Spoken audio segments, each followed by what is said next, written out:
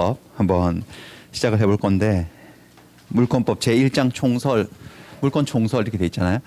물권의 총론도 두 파트로 돼 있거든요. 하나는 물권 총설이고 또 하나가 제2장 물권의 변동론인데, 이 네모칸 돼 있는 제목 목차만 한번 확인할게요.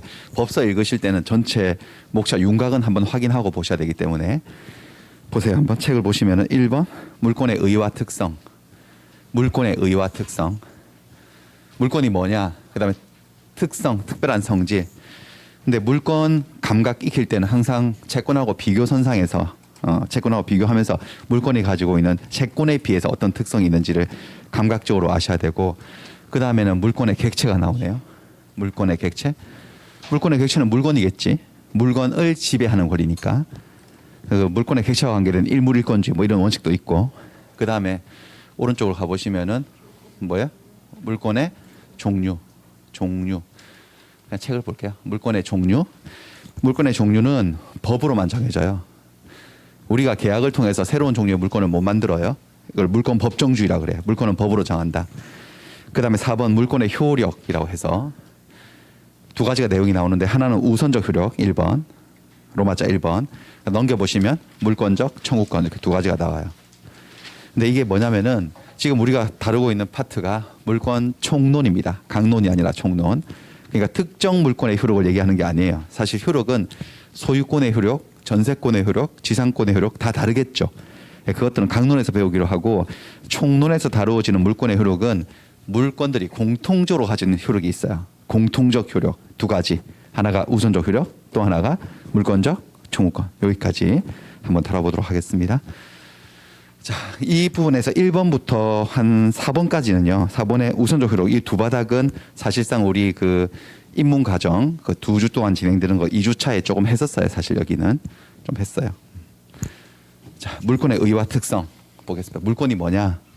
물권의 뜻은, 물권은 물권자, 사람이 물건을 지배하는 권리예요. 지배를 한다는 것은 물건을 사용하고 수익하고 처분하는 것을 이야기하고, 그 사용 수익 처분을 완벽하게 할 수 있으면 이 물권 이름이 뭐죠? 소유권이에요. 사용하고 수익만 할 수 있지 처분은 못하는 물건이 용익 물권이에요. 지상권, 지역권, 전세권. 그 다음에 사용 수익은 못하는데 돈을 받으려고 남의 물건을 처분해서 환가시켜서 자기 채권을 우선 면제 또는 변제받아 갈 수 있는 5회 담보물권, 유치권, 질권, 저당권. 그 다음에 이상한 권리 따로 노는 게 점유권. 그렇게 해서 이게 물권이, 지배권이 8개가 있다. 우리 민법에 라고 했고요. 그 다음에 채권은 채권자가 채무자에게 일정한 행위를 청구하는 권리를 말해요. 채권을 얘기할 때는 반드시 두 사람이 등장해야 돼. 채권자와 채무자. 물권을 얘기할 때는 사람하고 물건이 등장하는데, 그다음 채권 관계에서는 두 사람이 등장해서 채권자 채무자의 관계예요. 채권자가 채무자에게 뭘 요구한다고요? 일정한 행위. 어떤 걸 해달라고 어떤 특정 행위를 요구하는 거예요. 그 채무자가 해줘야 될 행위를 급부라 그래. 급부. 어려운 말로. 급부. 그 무슨 행위를 해줘야 될까? 채무자는. 그 행위는, 채무자가 해야 될 행위는 어떻게 정해질까? 어떻게 정해지느냐? 그 민법의 원리인데 페이지 13에 나옵니다. 13페이지. 채권의 채무의 내용, 채무자가 해야 될 행위 내용은 13페이지 상단. 답해 보세요. 오픈북 했으니까. 뭐로 정해지거나 뭐로 정해진다고 말해봐요. 그거 보고 답을 할 수 있어야 되는데. 발행위 뭐야? 법률, 행위. 빨갱이 법률의 규정. 뭐든지 그거예요. 법에 정해질 원리는. 그러니까 이 채무자가 해야 될 행위는 첫째 무엇에 의해서 정해진다? 법률, 행위. 법률 행위라 하면 주로 뭐예요? 계약이죠. 계약으로 정해지거나, 아니면 계약 아니면 뭐로 정해지거나 법률의 규정으로 정해지지. 그래서 채권에 이런 용어가 있어. 저 따라 해보세요. 약정 채권, 법정 채권 해보세요. 자, 무슨 말 했는지 스스로 느껴봐요. 약정 채권은 뭐로 만들어진 채권일까요? 계약으로. 계약의 약자잖아. 법률 행위로 생긴 채권이 약정 채권이고, 그다음 뭐라 그래서 하나 더. 법정 채권. 그럼 뭐로 생겼어요? 법률의 규정으로. 계약 안 했는데 생긴 채권이지. 그럼 제가 지금 말하는 채권은 어떤 채권인지 둘 중에 찍어보세요. 얘가 매수인이에요. 얘가 매도인이에요. 얘가 얘 집을 팔았어. 그럼 매수인은 매도인에게 당신 나한테 소유권 이전해 준다고 했죠. 소유권 이전해 줘요 라고 소유권 이전 청구권 생겨 안 생겨? 생기죠. 이거 채권이네. 소유권 이전 청구권. 얘는 무슨 채권이래? 약정 채권, 법정 채권. 약정 계약으로 생겼죠. 매매 계약. 그럼 이분은 얘를 매수인으로 할까요? 이번엔 입장 바꿔서 얘가 매도인이야. 매도인은 매수인에게 당신이 나한테 대금 지급한다고 했죠? 그럼 말해보세요. 붙여서 대금 지급 청구권. 이것도 채권 맞죠, 여러분들? 무슨 채권? 약정 아니면 법정? 약정 채권이지. 계약으로 생긴 거잖아. 맞나요? 그 다음에 이런 건 어떨까요? 이 여자가 차를 타고 가다가 실수로 이 남자를 치었어. 병원에 실려갔어. 그러면 얘는 피해자로서 가해자에게 뭐 할 수 있죠? 손해, 배상, 무슨 권? 청구권. 이것도 채권이네. 특정인이 특정인에게 특정 행위를 요구하는 거니까 치료비 달라고. 요거요. 요건 무슨 채권? 약정 채권, 법정 채권. 법정 채권 750조 법률 규정으로 생긴 채권이에요. 뭔지 아시겠죠? 채권은 어떻게 생긴다고? 뭐로 생기거나 뭐로 생긴다고? 계약으로 생기거나 법률의 규정에 생긴다. 뭐 다른 것도 다 그래. 채권도뿐만 아니라 모든 권리가 다 그래요. 그다음에 채권에는 이런 용어도 있어요. 저 따라 해보세요. 금전 채권, 비금전 채권. 뭔 소리래? 채무자가 해야 될 행위가 돈을 주를 때 그 채권은 뭐 돈을 주는 것일 때 금전 채권. 돈 말고 다른 거를 뭐 특정 행위를 요구할 때는 비금전 채권. 그러면 소유권 이전 청구권은 뭔 채권 같아? 금전 채권 같아요? 비금전 같아요? 비금전 채권. 소유권 넘겨달라는 거잖아요. 대금 지급 청구권은요? 금전 채권이고 손해배상 청구권은 원칙적으로 금전 채권이야. 손해배상은 금전으로 하는 게 원칙이라고 돼 있거든요. 그런 식인 거예요. 채권은 그런 거예요. 됐고 그 다음에 물건을 지배하는 권리로서 누구에게나 주장할 수 있는 이거 빨리빨리 섭렵하셔야죠. 절대적이다. 누군가에게만 주장할 수 있어. 누구에게나 주장할 수 있어. 누구에게나 주장할 수 있는 절대적 대세적 권리지. 그래서 갑이 이 건물 주인이면 을에 대해서는 주인이고 병에 대해서는 주인이 아니고 그렇진 않잖아요. 누구에 대해서나 내 집이다. 내 허락 없이는 아무도 들어오지 마라. 다 나가. 이렇게 나 혼자 있고 싶어. 이렇게 할 수 있어 없어요? 있지. 절대적인 거예요.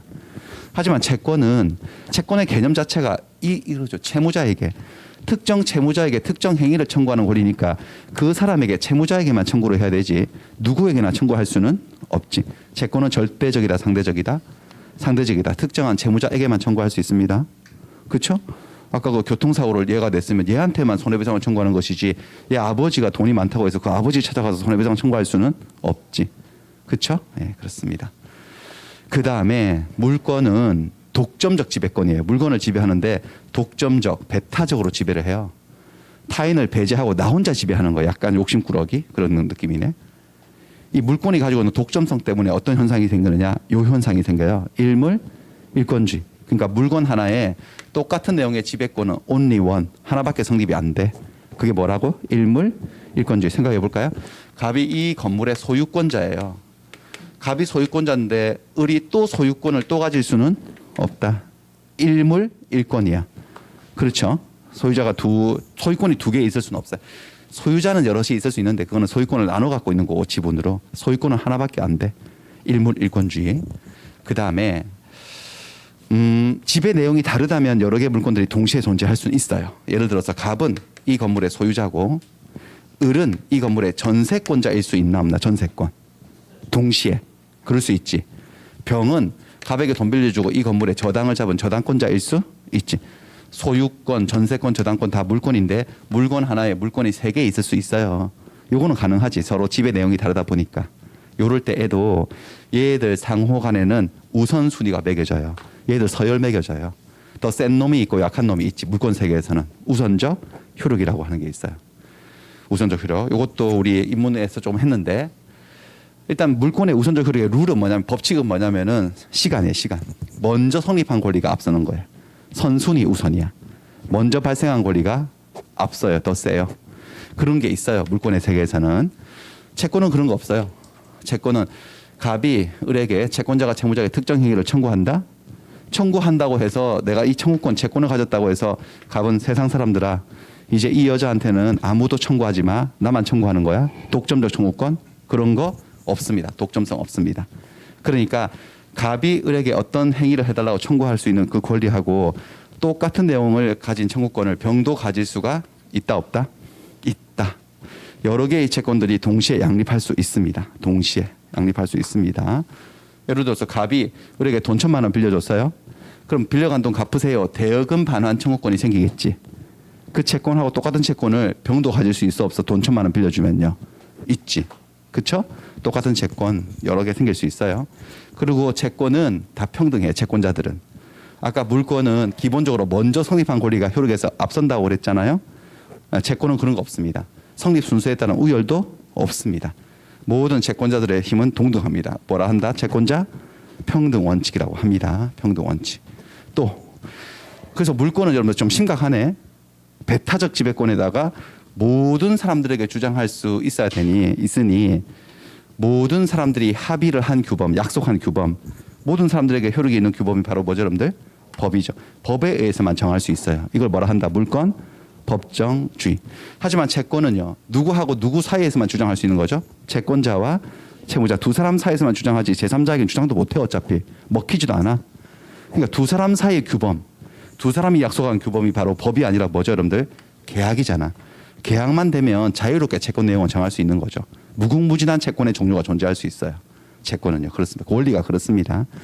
그래서 제가 한번 그 얘기를 들은 것 같은데 여러분들이 학원에 등록해서 노원 학원에 등록해서 강의를 들으실 권리가 생겼으면 이 수강권은 어느 쪽일까요? 물권일까? 채권일까? 채권. 여러분들은 청구권을 취득한 거야. 누군가에 대한 청구권.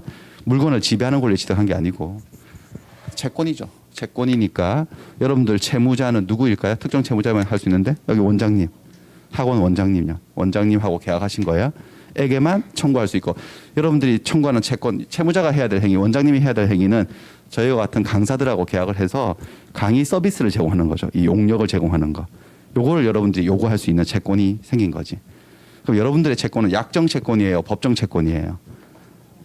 여러분들 그 수강권은 계약으로 생겼어, 법률 규정으로 생겼어.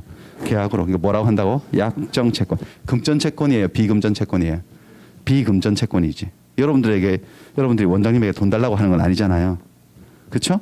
비금전 채권이고 그렇습니다. 그다음에 여러분들의 채권에는 독점성, 배타성이 없기 때문에 이렇게 채권자들이 동시에 많이들 앉아 계시는 거예요. 그렇죠?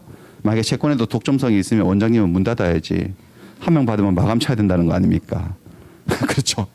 그러니까 독점성이 없기 때문에 원장님은 여기 다 가득 채우고 싶은, 코로나도 없어지고 그냥 저 옆반도 틀고 막 해가지고 막 채권 한 300명 있게 채권자들 똑같은 채권. 그다음에 채권의 종류와 내용은 합의로 정하는 거죠.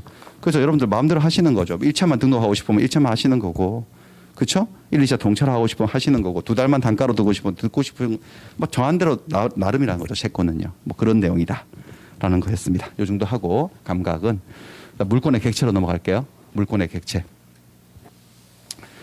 자, 객체라고 하는 것은 그 권리의 대상을 얘기해요. 대상. 물권은 다시 개념을 한번 서술해 보시죠. 물권이 뭐라고? 뭐를 뭐 하는 권리라고? 물건을 지배하는 권리니까 그 목적어를 얘기하면 되지. 객체는 뭐예요? 물건이죠. 물건. 물건이 물권의 객체예요. 원칙은 물건인데 예외가 있어요. 예외. 권리를 객체로 하는 경우도 있어요. 권리를 지배하는 경우가 있다. 이른바 권리저당이라고 하는 거야. 그럼 저당권 이게 물권인 거 조금 전에 보셨잖아요. 저당권은 물건이야. 물건인데 물건 위에 성립하는 건데 물건 중에서도 뭐더라? 동산 아니면 부동산. 저당권은 동산 위에 설정이 돼요. 부동산 위에 설정이 돼요. 부동산. 자기 부동산, 타인의 부동산. 타인의 부동산. 주로 뭐죠, 여러분들? 토지, 건물. 남의 토지나 건물을 저당 잡는 거잖아. 그래서 채무자가 돈 안 갚으면 이 토지를 경매하고 이 건물을 경매해서 돈으로 바꿔서 자기의 채권을 뭘로 받아간다고요? 우선 변제를 받아가는 거야. 그런데 저당을 잡는데 토지나 건물, 물건을 저당 안 잡고 권리를 저당 잡는 경우가 있다니까요. 얘들은 물건이에요, 권리예요. 지상권, 전세권. 권리죠. 권자로 끝났잖아. 근데 저기도 저당 잡힐 수 있어. 지상권 위에 저당권이 설정되고 전세권 위에 저당권이 설정되는 권리 저당의 모습이에요. 권리 저당. 권리 저당 100페이지 잠깐 가볼까요? 100페이지로 한번 가보세요. 그냥 100페이지가 저당권 파트죠. 그 로마자 2번 중간에 로마자 2번 제목은 저당권의 성립. 거기 1번 법률행위 계약을 통한 성립인데 쭉쭉쭉 내려와 보시면 저당권의 객체가 나오잖아요. 객체 원칙, 민법상 원칙은 뭐다? 부동산. 부동산이 원칙인데 오른쪽에 슬래시 옆에 두 가지 있죠? 뭐예요? 지상권하고 전세권은 권리인데 그 위에 저당권이 설정될 수 있다. 걔들을 뭐라고 부른다? 권리 저당이라고 얘기를 합니다. 그리고 92페이지로 가볼게요. 92페이지. 권리 저당 한번 보여드릴게요. 뭐하고 뭐? 그 외우셔야 돼. 두 가지 권리. 뭐하고 뭐요? 지상권, 전세권. 근데 여러분들 아직도 지상권은 좀 감이 없고 전세권은 그래도 뭐 전세권 좀 느낌이 있으니까 전세권 가지고 예를 들어 볼게요. 뭐라고 되어 있느냐? 전세권 저당권 이렇게 불러요. 토지를 저당 잡았으면 뭐라 부를까? 응용해 보세요. 토지 저당권. 건물을 저당 잡았으면. 그럼 전세권을 저당 잡았으면. 지상권을 저당 잡았으면. 그렇게 불러요. 그렇게 등기도 그렇게 하고. 전세권 저당권은 어떤 상황이냐? 상황이 이런 건데 을이 아까 전세권 보셨죠? 전세금 2억 1억이네. 1억 걸어놓고 계약 기간 2년 해가지고 계약하고 등기해서 1번으로 전세권 등기해서 살고 있었어요. 살고 있었어. 근데 1년 지났는데 돈이 필요하네. 돈이 필요해서 병을 찾아가서 돈 좀 빌려달래. 5천만 원만. 그래서 병이 그래 빌려는 줄 수 있는데 5천만 원. 근데 담보는 없이 못 빌려준다. 담보를 제공하라. 라고 했더니 여러분들 을이 살고 있는 이 집은 자기 집이야 남의 집이야? 그러니까 이 집을 담보로 잡힐 수는 없지. 이 집은 담보로 잡힐 수 없는데 여기 있는 전세권이 담보로 잡힐 수 있다는 거 아닙니까? 이거 뭐라고 이게? 전세권 저당권이라고. 그래서 이 전세권 위에 저당권을 설정해 주는 거야. 전세권을 저당 잡혀 주는 거지. 전세권의 등기부 순위번호가 1번이잖아요. 어떻게 되느냐? 1번에 부기 등기를 하는 거죠. 1-1로. 그래서 등기 목적은 전세권 저당권 1번 전세권의 1순위 저당권이라는 소리예요. 전세권을 저당 잡아버려. 그래가지고 돈을 5천만 원 빌려 저당을 잡아뒀다가 어떻게 하느냐. 나중에 얘가 돈을 5천만 원을 갚잖아요. 갚으면 저당권 이거 1-1로 말소시켜주면 돼요. 돈 받았으니까. 근데 돈을 안 갚잖아요. 채무불이행. 그럼 저당권을 뭐 한다고요 여러분들? 실행. 그럼 저당권을 실행한다는 게 저당권의 대상 객체를 뭐 한다는 거죠 여러분들? 처분한다, 경매한다는 소리야. 자, 토지를 저당 잡았으면 뭐를 경매할까요? 토지를 경매하겠지. 건물을 저당 잡았으면 건물을 경매하고 이거 뭘 저당 잡았어? 전세권을 저당 잡았으니까 뭐를 경매하는 거야? 전세권 자체를 경매하는 거야. 그래서 이게 경매가 신청이 되면 경매에서 여러분 여기 낙찰 받으면 최고가로서 내가지고 낙찰 받으면 여러분들 이 집 가지는 거 아니에요? 이 집에 뭐를 가지는 거죠? 전세권을 가지는 거야. 최고가로 써내고. 그럼 전세권이 팔려나가고 전세권자 바뀌겠지. 그리고 걔가 내놓은 경매 대금이 있잖아요. 그러니까 전세권이 돈으로 바뀐 거죠. 환가된 거죠. 현금화.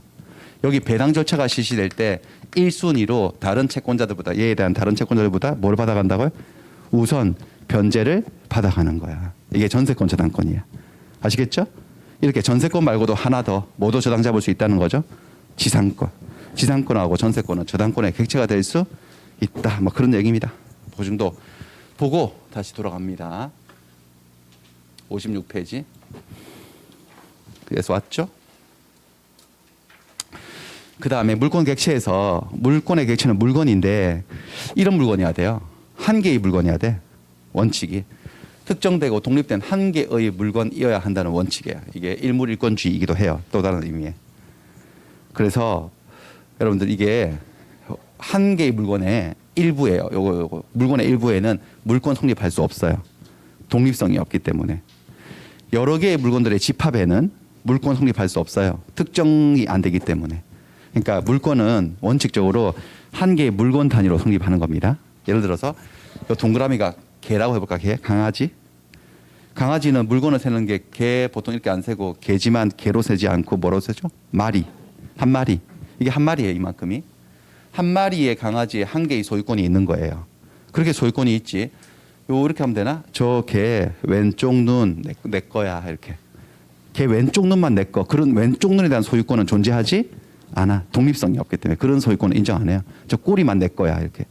무슨 꼬리곰탕도 아니고 그런 건 없어요. 물건 단위로 성립하고 여기 개떼들이야. 몇 마리인지도 모르겠어. 수십 마리의 개떼들이 있는데 여기 하나의 소유권 그거 인정한다 안 한다? 안 하죠. 원래 물건은 물건 단위로 하나의 독립된 물건 단위로 설정이 되는 거, 성립이 되는 거예요. 그게 원칙인데 여기는 더 시험에 중요한 게 예외가 있다는 거죠. 예외는 다음에 차차차차 하기로 하고 어쨌든 그런 게 있고 그래서 문제 하나만 확인해 보겠습니다. 문제 하나만 확인을 요거는 지워버릴까? 잠깐만요. 이걸 지워줘. 자, 1번 문제입니다. 지상권은 저당권의 객체가 될 수 있다. 맞죠? 하나 더 뭐예요? 지상권 말고 하나 더. 전세권. 그 두 개 외우시면 돼. 지상권하고 전세권은 물건이 아니라 권리인데 저당권의 객체가 될 수 있다. 그럼 뭐라 그래야죠? 등기부에 뭐라고 나올까? 지상권, 저당권 이렇게 나온다는 거. 부기등기 해가지고 지상권이 3번이었으면요. 3-1 이렇게. 한 번 더 저당 잡히면 3-2 이런 식으로 가는 거예요. 부기등기 해서 됐습니다. 넘어가고. 그 다음에 이쪽으로 올게요. 물권의 종류로 가겠습니다. 물권의 종류. 물권의 종류와 관계된 대원칙 185조예요. 185조. 물권 법정주의. 자, 이건 조문을 따로 안 볼게요. 여기 그대로 옮겨놨어. 이게 조문이에요. 한번 읽어주실까? 로마자 이번에 있는 거. 물권은 법률 또는 관습법에 의하는 외에는 임의로 창설하지 못한다. 그러니까 물권은 오로지 법률이나 관습법에 의해서만 창설할 수 있다. 그 외에는 임의로 니들 마음대로 창설하지 못한다. 이게 물권 법정주의입니다. 물권 법정주의. 왜 물권은 법으로만. 이 법률이나 관습법이라고 하는 것은 법의 존재 형식 차이인데 문서로 되어 있으면 법률 이렇게 부르죠. 그다음 문서로 되어 있지 않지만 그 사회에서 오랫동안 지속된 관행, 관습이 계속 반복되어서 사람들은 저거는 몇 조 몇 항은 없지만 법과 마찬가지야. 법이야. 라고 확신을 가지게 되면 관습법이 됩니다. 둘 다 법입니다. 법의 존재 형식이 다를 뿐이지 둘 다 법입니다. 그래서 물권은 법에 의하는 외에는 임의로 창설을 못한다. 이게 물권 법정주의입니다. 왜냐하면 그 원리는 이유는 물권이 가지고 있는 성질 때문에 그런 거죠. 물권은 절대적 권리로서 누구에게나 주장할 수 있잖아요. 그러니까 누구에게나 주장을 할 수 있으려면 누구에게나 통용되는 규범인 법에 의해서만 만들어져야 된다는 거죠. 그에 비해서 채권은 어떨까요? 채권 법정주의 이런 건 없어요. 채권은 채권자와 채무자 두 사람 사이에서만 효력이 있는 거잖아요. 그렇죠? 두 사람이 약속한 규범이 뭐죠? 계약이에요. 그러니까 채권은 계약으로 자유롭게 만들 수 있는 반면에 물권은 오로지 법에 의해서 만들어야 된다. 모든 사람들에게 주장을 하려면. 그런 원리예요. 그래서 임의로 창설하지 못한다. 이게 어떻게 해석이 되냐면 두 가지 측면이 있어요. 종류 강제, 내용 강제. 물권의 종류와 물권의 내용은 법으로 강제된다. 먼저 종류 관계는 뜻이 뭐냐? 법이, 자, 법은 두 종류의 법이 있죠. 말해보세요. 법률 또는 뭐야? 관습법. 법이라 그렇게 그냥. 법이 인정하지 않는 새로운 종류의 물건을 당사자 간의 계약으로 만들 수 없다는 거죠. 예, 새로운 종류의 물건을 니들이 계약으로 함부로 만들 수 없다. 두 번째는 법이, 법률이나 관습법이 인정하는 물건이라도 그 내용을 니들 마음대로 계약으로 함부로 바꿀 수가 없다. 이게 내용 강제예요. 종류 강제, 내용 강제. 여기와 관계돼서 32회 시험에 한번 나온 게 뭐냐면은 소유권자예요. 여러분 소유권의 내용이 211조에 나와 있는데 소유권은 뭐 하는 권리라고 했습니까? 물건을 사용하고 수익하고 처분하는 권리라고 법에 나와 있어. 그거를 바꿀 수는 없다는 거죠, 우리가. 근데 누가 바꿔놨어. 난 이 토지의 소유자인데 분명히 자기는 소유자래. 소유자인데 얘는 사용을 못한대, 이 토지를. 한시적으로 잠시 사용 못하는 게 아니고 누구한테 지상권을 설정해줬다, 전세권을 설정해줘서 잠시 사용 못하는 게 아니고 영원히 영구적으로 사용 못하고 수익이 나도 수익을 못 가져간대, 소유자인데도 불구하고. 사용 수익 권능을 대세적 영구적으로 포기하는 것, 그런 소유권은 법이 인정한다, 인정하지 않는다? 인정할 수가 없다. 그건 물권 내용을 네 마음대로 니들 마음대로 바꾸는 거 아니냐 이거지.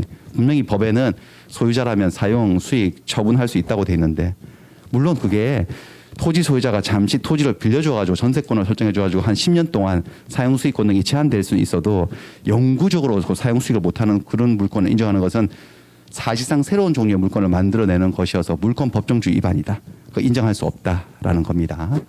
그럼 내용 강제는 그 정도 보시고, 그다음 종류 강제. 그러니까 물권의 종류는 법으로만 정해지는 건데, 이때 여기에 무슨 말이 하나 있네. 물권의 종류와 내용은 법률이나 관습법에서 정해지며 당사자들이 임의로 이와 다른 물권을 창설하는 것은 금지된다. 이때 이제 법률이 뭐라고 돼 있는데, 국회가 제정한 형식적 의미의 법률을 의미한다. 이렇게 돼 있어요. 또 32의 기출이네. 국회가 제정한 형식적 의미의 법률 이렇게 돼 있어요. 여기서 우리가 좀 그거를 한번, 이거는 보통 우리 중학교 정도에 배우지 않나요? 법의 체계, 위계 질서 같은 거. 법의 체계인데요, 여러분들. 법의 위계 질서. 우리나라에 존재하는 법 규범 중에 최상위법이 뭔지 아세요? 헌법이죠. 헌법이 최상위법이고 헌법 밑에 뭐가 있나요? 저거 있어요. 저거 법률. 법률이 있고 법률 밑에 뭐 있는 줄 혹시 아시나? 명령이 있지. 이렇게 있어요. 이건 국가 전체에 대한 거고 그다음에 지방자치단체로 가게 되면 지방자치단체가 만들어 놓은 규범들이 있죠. 조례 또는 규칙 이런 것들이 있어요. 이렇게요. 이게 위계질서의 법에 그리고 하위 법 규범은 상위 법 규범을 위반해서는 안 돼요. 그렇게 되면 항상 효력이 없어질 수도 있어요. 위반하게 되면. 헌법은 누가 만드느냐? 헌법은 누가 만들죠? 누가 만들지 아시나 헌법을? 국민들이 만들잖아요. 그렇죠? 국민투표에 붙여가지고. 그래서 헌법 개정하고 하려면 국민투표해야 되잖아요. 국민들이 직접 만드는 거죠. 그러니까 최상위법이죠. 법률은 누가 만들죠? 국회가 만들죠. 국회가. 우리가 뽑은 대의기관인 국회의원들이 모여있는 국회 입법부가 만들잖아요. 국회. 명령은 누가 만드는 거냐? 명령은 행정부에서 만들죠. 명령은 누가 만드냐면 대통령이 만들거나 총리가 만들거나 아니면 행정 각부 장관이 만들어요. 이렇게 각부 장관이. 근데 우리는 삼권 분립 이런 거 배웠는데 법은 입법부에서 만들고 이거 법을 집행하는 행정부에서 법을 만들면 안 되는데 근데 얘들이 법을 만든다고? 이상하네. 그거 어떻게 된 거냐면 여러분들 국회가 만드는 법률은 그 법률 제정 절차가 까다로워요. 그래서 만들기도 어렵고 맨날 싸우잖아. 국회는. 한번 만들어 놓으면 바꾸기도 쉽지 않아. 근데 법은요. 현실에 맞게끔 계속 탄력적으로 바뀌어야 되거든요. 상황이 달라지면 법도 달라져야 되는데 모든 법을 국회가 다 만들어 버리면 현실이 변화하는 속도로 따라갈 수가 없어요. 그래서 어떤 기법을 쓰냐면은 법률에는 대체적인 개괄적인 사항만 딱 규정해 놓고 세부 사항은 하위 법령에 위임을 해버려요. 행정부에다가. 니들이 어차피 법 집행할 거니까 현실을 잘 알고 있지 않느냐. 우리 입법부는 개괄적인 사항만 만들어 놓고 구체적이고 세부적인 사항은 대통령 네가 만들어라. 그다음에 총리 네가 만들어라. 아니면 각부 장관이 만들어라. 이렇게 내려버릴 수 있어요. 그래가지고 법률에 위임을 받아가지고 행정부에서 만드는 거예요. 행정입법이라고 해서. 이걸 명령이라고 해요. 그러니까 명령은 대통령이 만드는 명령이 있고 총리가 만드는 명령이 있고 장관이 만드는 명령이 있는데 대통령이 만드는 명령을 뭐라고 부르느냐. 시행령이라 그러죠. 시행령이라 그러고 그럼 대통령이 또 전부 다 내려보내잖아. 내가 다 못하겠고 더 전문적인 얘기니까 각부 장관이 만들어. 총리 네가 만들어 봐봐. 이래갖고 내릴 수 있거든요. 그러면 대통령령의 위임을 받아가지고 이것도 명령이야. 일종의 명령인데 총리령, 장관, 각부령은 명령은 명령인데 이름을 시행령이라고 안 하고 뭐라 한다? 시행규칙이라고 하죠. 다 명령들이에요. 여기는요. 명령들인데 위계질서가 좀 있죠. 여기까지는 전체적으로 나라 전체에 적용되는 거고 여기 이제 지방자치단체로 내려가면 지방자치단체에도 의회 있어 없어? 의회, 지방의회. 거기에 국회지. 거기서 의회가 만든 게 뭐다? 조례. 그럼 지방자치단체 장이 또 이렇게 똑같은 형태로 만드는 거야. 그 장이 그걸 규칙이라고 하고 이건 됐고 됐어. 이렇게 되는데 지금 물권 법정주의는 물권은 심각하다 이건. 법률로 만들어라. 여기서 만드는 법률은 이런 포괄적 의미의 법을 얘기하는 게 아니고 형식적 의미의 법률인 뭐만 얘기한다는 거죠? 요거로 만들어라는 거죠. 그러니까 시행령이나 시행규칙으로 물권을 창설하면 된다 안 된다? 안 된다. 안 된다. 급이 다르다. 국회가 만드는 법률로만 만들어야 된다. 그 소리예요. 그런 소리가 되겠습니다. 됐고 그다음에 종류 강제로 가서요. 종류 강제로 가서 그러면 법률이나 관습법이 인정하고 있는 종류의 물권들은 뭐가 있느냐. 여기 있는 것도 좀 기억하셔야 돼. 먼저 법률. 민법이 법률이잖아요. 법률. 민법이 창설하고 있는 물권의 종류는 8개. 8개가 이렇게 있어요. 쭉 8개 있어요. 이건 뭐 지금 억지로 외우실 필요 없지. 왜냐하면 이 하나하나를 자세히 배울 거니까. 하나하나를 자세히 배워요. 나중에 들어가면 이제 1월달 들어가면 점유권 2시간 정도 배워요. 소유권 4시간 가까이 배우고 지상권 2시간 정도 배우고 지역권 한 30분 배우고 전세권 1시간 배우고 다 배워. 유치권 2시간 저당권 한 4시간 배운다고. 다 배우니까 자세히 배우니까 다 배웠는데 이름이 잘 기억 안 나네. 그런 경우는 없어요. 그러니까 억지로 지금 막 외울 필요는 없고 이렇게 8개가 있다. 이 중에서 뭐는 우리가 안 다룬다? 질권 안 다룬다. 됐어요. 그다음에 우리나라에는 민법이란 법률 말고도 1,500개가 넘는 법률이 있다고 했고 그런 법률에도 물건을 지배하는 독점 지배권이 규정되어 있고 이런 거요. 광업권, 어업권 한번 설명드린 것 같은데 우리 입문 과정에서 광업권 이거 물권입니다. 광업권은 광물을 지배하는 거예요. 지하에 매장되어 있는 광물을 탐사하는 거예요. 그리고 채굴하는 권리, 광업권이고 광업권자로 등록이 돼야 되죠. 광업권을 가진 자만 독점적으로 탐사하고 채굴할 수 있는 독점 지배권이에요. 광업법에 나와 있어. 광업권을 물권으로 한다고. 그다음 어업권은 뭐냐면은 어업권은 수산 동식물을 포획하고 채취하고 양식하는 권리예요. 수산업법에 나와 있어. 저런 거 물권이라고. 그러니까 이런 것들이 물권인지를 좀 외워주셔야 돼요. 됐고 밑에는 됐고. 그다음에 이번에는 관습법상의 물권으로 인정된 것, 동그라미는 인정된 것들이고 X는 이게 관습법상으로 물권이라고 주장했지만 인정되지 않은 것들이니까 이것도 별도로 좀 외워두셔야 되겠습니다. 그래서 이거 한번 설명드렸는데 분묘기지권 페이지 84 요거 물권입니다. 한번 가볼게요. 84페이지로 84 지상권 파트에 나오는 건데요. 분묘기지권 분묘기지권은 뭐냐? 타인의 토지에 분묘를 설치한 자가 분묘를 소유하기 위해서 그 기지를 사용하는 권리를 말합니다. 그러니까 을이 아버님 돌아가셨어요. 아버님이 돌아가셔가지고 여기다가 자기를 좀 물어달라고 유언을 하셨어. 그래가지고 땅 주인을 찾아간 거야. 찾아가가지고 아버님을 여기다 좀 모십시다라고 해서 토지 소유자의 허락을 받고 승낙을 받고 여기다가 무덤을 설치한 거예요. 아버님을 모신 거예요. 이럴 때 이걸 분묘라고 하고 분묘가 깔고 앉아 있는 밑에 이 땅을 뭐라 한다고? 기지, 터기자, 땅지자를 써서요. 기지를 그래서 토지 소유자의 승낙을 받았으면은 이 분묘를 설치해서 제사를 지내기 위해서 기지를 사용할 권리가 생기겠죠. 그렇죠? 분묘 기지에 대한 사용할 권리를 뭐라고 부른다고? 분묘 기지권이라고 얘기를 합니다.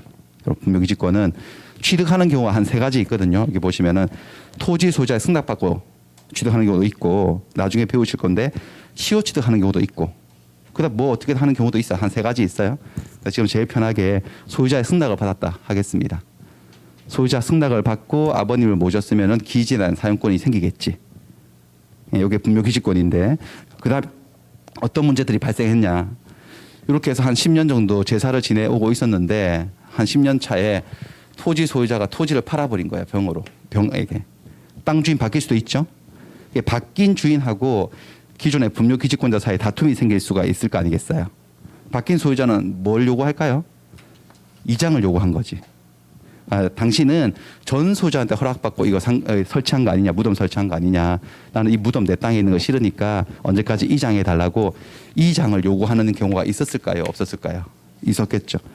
그러면 얘는 그게 무슨 소리냐고 무덤 뻔히 있는 거 다 보고 사놓고 내가 어디다가 이걸 이장을 하냐고 안 된다라고 해서 막 버텨가지고 이렇게 소송이 많이 있었을 거예요. 근데 이 소송에서 결과적으로 우리는 어떻게 살아왔느냐, 우리 선조들은 우리의 관습은 뭐였냐면은 소유자가 바뀌어도 분묘 기지권자는 이 토지를 계속 사용하면서 제사를 지낼 수 있는 게 우리의 관습이었다고. 우리 그 관습이 계속 반복이 되어서 사람들은 이거는 법과 똑같다라고 느낀 거죠. 그게 뭐라고 여러분들? 관습 법이에요. 그러니까 병에게도 이 분묘 기지 사용권을 주장할 수 있다라는 겁니다. 있다는 거예요. 그럼 똑같은 논리로 병이 한번 토지를 또 팔아버리면 정에게도 주장할 수가 있고 무에게도 주장할 수 있고 계속 주장할 수 있네. 그렇죠? 제가 지금 뭘 설명하려고 할까요? 이 분묘 기지권이라는 권리는 최초로 나한테 사용을 허락한 최초의 소유자에게만 주장할 수 있어. 모든 사람들에게 주장할 수 있어. 모든 사람들에게 주장할 수 있으니까 이걸 뭐라 그래? 절대적이다, 상대적이다. 절대적. 물권의 특성이죠. 그러니까 분묘 기지권은 물권이라는 소리죠. 채권이 아니라 물권. 물권인데 대한민국 법률에 어디를 뒤져봐도 분묘 기지권이라는 단어가 나오진 않거든요. 그러니까 이게 물권은 물권인데 법률이 인정한 거다, 관습법이 인정한 거다, 관습법상의 물권이다, 그런 소리예요. 다시 돌아가겠습니다. 57페이지로 57페이지. 그 다음 두 번째 나오는 관습법상의 법정지상권, 저건 다음에 할게요. 저건 너무 덩치가 커서 지금 건드릴 수조차 없는 상황이고, 그 다음에 온천권도 한 번은 설명드렸죠. 온천권 기억나시나? 충청남도 아산군 온양읍 온천리 사건. 그렇죠? 어떤 토지에서 자기 토지 소유자가 자기 토지 지하에서 온천수가 막 나오는 거, 뜨거운 물이. 그래가지고 뭐 장사를 하니까 목욕탕 업을 하니까 너무 장사가 잘 됐는데 국가가 제지를 한 거지. 국가가 온천수와 같은 특별한 물건은 국가에게 지배권이 있다고 온천권을 주장을 했지만 결과적으로 인정되지 않았었습니다. 온천권이라는 관습법상의 물건은 존재하지 않고 온천수는 그냥 토지의 일부예요. 토지 소유자가 사용하고 수익하고 처분할 수가 있습니다. 그런 얘기고 그다음에 사도 통행권, 사도 개인 도로 통행권 이게 뭐냐면은 갑하고 을이 이웃지간이었는데 을이 갑의 토지를 오랜 세월 통행을 했나 봐요. 을이 갑의 토지를 갑의 양해하에서. 근데 제 아무리 오랜 세월 통행을 했다고 하더라도 그 사실만으로 사도 통행권이라고 하는 관습법상의 물권이 생기는 것은 아니다. 그러니까 갑의 양해하에 선심하에 다닌 것이지 무슨 통행권이라고 하는 물권이 존재하는 것은 아니다. 뭐 그런 판례였고. 그다음 근린공원 이용권 이것도 물권으로 인정되지 않았습니다. 누가 주장을 한 거지. 공원들이 막 만들어져 있잖아요. 근린공원들. 근린공원이 있으면 우리가 나가서 그걸 여유를 즐길 수 있지 가족들과 함께. 근데 그게 무슨 독점 지배권은 아니라고 물권은 아니에요. 이 근린공원 이용권이 독점적인 지배권이면 내가 그럼 근린공원을 이용하러 딱 들어가면 나 혼자 독점 지배해야 된다는 거잖아요. 그럼 다 나가라고 나 생각할 거 있다고 좀 시끄러우니까 다 나가라고 뭐 그렇게 할 수 있다는 건데 그럴 수는 없지. 그러니까 이런 물건들은 존재하지 않는다는 거예요. 그러니까 결론만 기억하시면 돼 이런 것들은. 그래서 요거는 나중에 3교시에 하도록 하겠습니다. 소유권에 준하는 물건도 그런 주장이 있었는데 존재하지 않는다고. 자, 요 정도 문제 한번 확인해 볼게요. 문제를 확인해 보겠습니다. 물권 법정주의. 자, 2번 문제.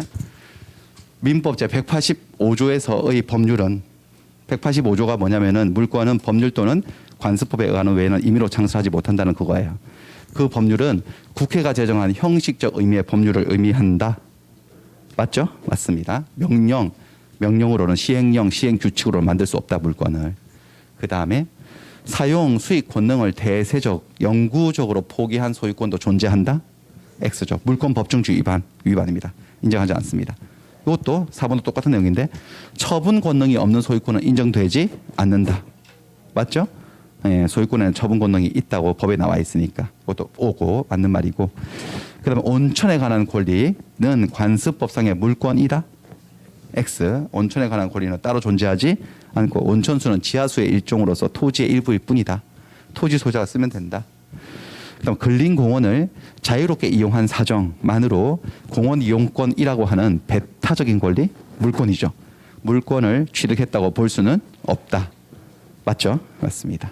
그래서 요거는 나중에 하고 7번은 나중에 하고. 자, 그다음에는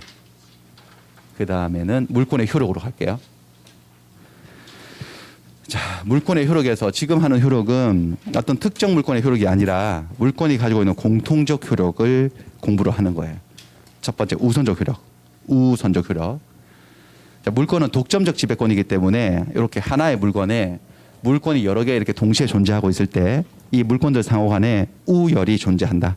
그것을 우선적 효력이라고 얘기를 해요. 이렇게 가능하죠? 건물 한 채, 집 하나에 소유권자, 전세권자, 저당권자, 물권 이렇게 세 개 있을 수 있잖아요. 이 세 개 사이의 우열을 한번 정해 보겠습니다. 먼저 목차는 이렇게 나눠져 있네. 첫 번째 소유권하고 제한물권. 제한물권이라는 단어를 일단 아셔야지 저걸 이제 읽으려면. 제한물권이 뭔지 아세요? 이거 뭐예요? 이거 제한물권 맞나? 이거는요. 맞죠? 제한물권이 뭐래? 제한물권이 총 몇 개 있어요? 네? 몇 개 있어요? 6개. 용익물권, 사용하고 수익하는 물권 3개 있잖아요. 지상권, 지역권, 전세권. 그 다음에 처분만 할 수 있는 물권. 유치권, 질권, 저당권. 합치면 몇 개예요? 6개. 그거를 뭐라 한다, 그거를. 제한물권이라 한다고. 제한물권이라는 소리는 완전하다는 거예요? 제한적이라는 거예요? 제한적이다. 소유권에 대비되는 말이죠. 소유권은 제한물권이에요? 완전물권이에요? 소유권은 사용, 수익, 처분을 완벽하게 할 수 있는 완전물권이고 그중에 사용, 수익만 할 수 있는 권리 3개, 처분만 할 수 있는 권리 3개를 합쳐서 뭐라 한다? 제한물권. 그럼 이것도 제한물권이고 이것도 뭐야? 제한물권. 그러니까 얘하고 얘들은 누가 세냐 이거지. 그래서 이 목차는 지들끼리는 누가 세냐 제한물권 상호 간에 그렇게 나눈 거예요. 소유권하고 제한물권은 누가 더 셀 것 같냐 이러면 까딱 잘못 생각하면 소유권은 완전한 물권이고 얘들은 제한적인 물권이니까 소유권이 더 센 거 아니에요? 라고 생각하기 십상이죠. 하지만 결론은 그게 아니었는데 뭐가 더 우선한다? 제한 물권이 우선해요. 이게 무슨 말인지 아셔야 되는데, 자, 갑이 이 건물의 소유자라면 이 건물을 뭐 할 수 있는 거죠? 사용하고 수익하고 처분할 수 있는 권리가 있고, 전세권자라면 아까 보셨는데 전세금을 1억 원을 지급해 놓고 2년 계약했다면 2년 동안 뭐 할 수 있는 거야? 사용하고 수익할 수 있지. 그러니까 사용 수익이 이렇게 겹쳐 있다는 거예요. 근데 여기서 소유자도 사용 수익 권능이 있고 전세권자도 권능이 있다고 해서 얘 둘이 여기서 동거하는 건 아니지 않냐? 한쪽이 독점적 사용하지 않냐 이거지. 그렇죠? 누가 사용하죠? 전세 기간 동안은? 전세권자가 소유자를 배제하고 자기 혼자 쓰는 거잖아. 소유자도 이 집에 못 들어와요. 자기 집에 전세 기간 동안은. 그렇죠?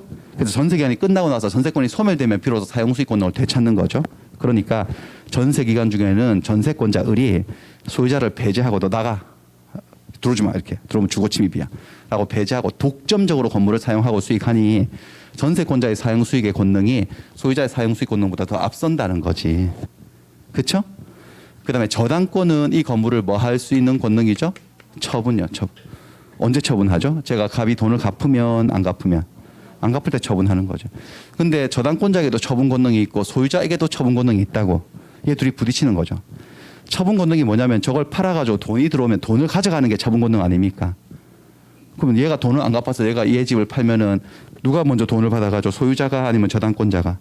저당권자가. 건물이 경매 처분되면 병이 저당권자가 소유자보다 앞서서 채권 배당을 먼저 받고 그리고 남는 돈이 있으면 비로소 소유자에게 돌려주는 거죠. 법원이. 청산이라 그러지.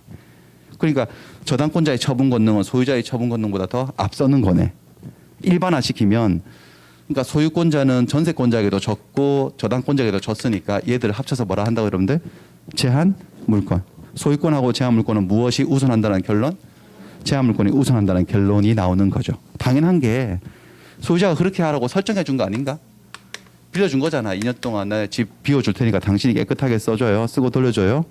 그다음에 얘도 설정해 준 거지. 내가 돈 안 갚으면 네가 내 집을 팔아가지고 일정 금액 가져가고 나머지만 거슬러 줘요.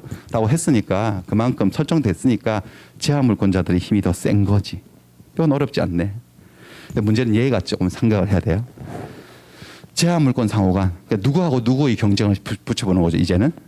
전세권자하고 저당권자. 이거 누가 더 세냐 이거지. 이건 아까 제가 룰을 살짝 흘렸는데 어떻다고? 결론은 먼저 성립한 물건이 나중에 성립한 물건보다 우선하는 순위의 원칙이에요. 순위번호 빠른 애가 우선하는 거야. 순위번호. 그러니까 물건이 이 물건에 언제 생겼는지가 아주 중요한 것이고 그래서 우리 물건을 다 등기부에 공시할 때는 제일 중요한 이거 언제 생겼는지를 제일 앞에다가 넘버링을 해서 달는 거지. 여기를 순위번호라고 하는 거잖아요. 그렇죠? 그러니까 이 모습이면 1번이 전세권이고 2번이 저당권이면은 뭐가 먼저 성립이 됐다는 거야? 전세권이. 그럼 뭐가 우선한다는 거죠? 전세권이 우선한다는 소리고 여기는요. 저당권이 먼저 설정됐는데 전세 들어왔다는 거네. 그럼 뭐가 우선하죠? 그러니까 이거는 답을 하는 건 되게 쉽네. 번호만 읽으면 끝이니까. 빠른 번호만 대답하면 되는 거니까. 근데 이제 우리가 정확하게 알아야 될 것은 전세권이 이 경우에 우선한다. 저당권이 우선한다는 게 무슨 의미인지를 아는 게 중요한 거지. 여기서 안다라고 하는 게 뭐냐? 누구한테 설명할 수 있을 정도가 되면 아는 거예요. 그래서 제가 일단 설명해 드릴 테니까. 근데 설명하는데 여기는 여러분들 제가 PPT를 조금 더 쓰는 게 좀 좋을 거다라고 판단을 해서 PPT를 가져왔어요. 그래서 조금 창을 바꿔서 좀 할게요. 8번이라고 했어요. PPT가 여기 있어요. 여기서 처음부터. 좀 글씨가 좀 작고 그렇지만은 뭐 여기서 다시 조절하고 하면 좀 불편하니까 그냥 하겠습니다. 보시면 합니까? 괜찮습니까? 할게요. 이게 맞나? 자, 우선적 효력이에요. 지금 소유권하고 제한물권은 누가 우선한다고 했죠? 제한물권. 잠깐 이게 아닌가 보여요? 뭐로 해야 되지? 이건가? 잠깐만요. 리모컨이 죄송합니다. 아까 전에 뭐가 됐었는데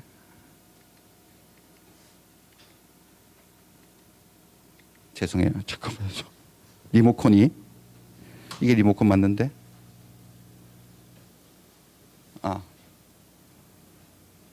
죄송합니다. 잠깐만요. 이게 왜 안 되지? 예, 잠시만요. 좀 불러주시죠. 아까 전에 됐었는데.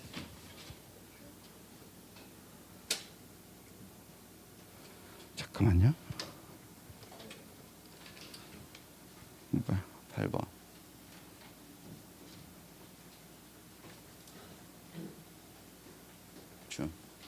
줌이 된. 이게 아니 이게 키가 안 먹어가지고요.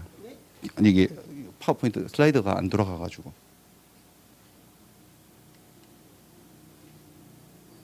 아까 됐는데.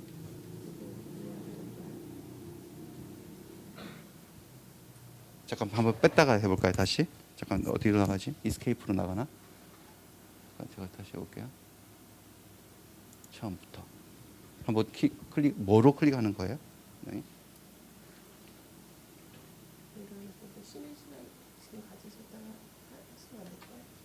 잠깐 우리가 했다가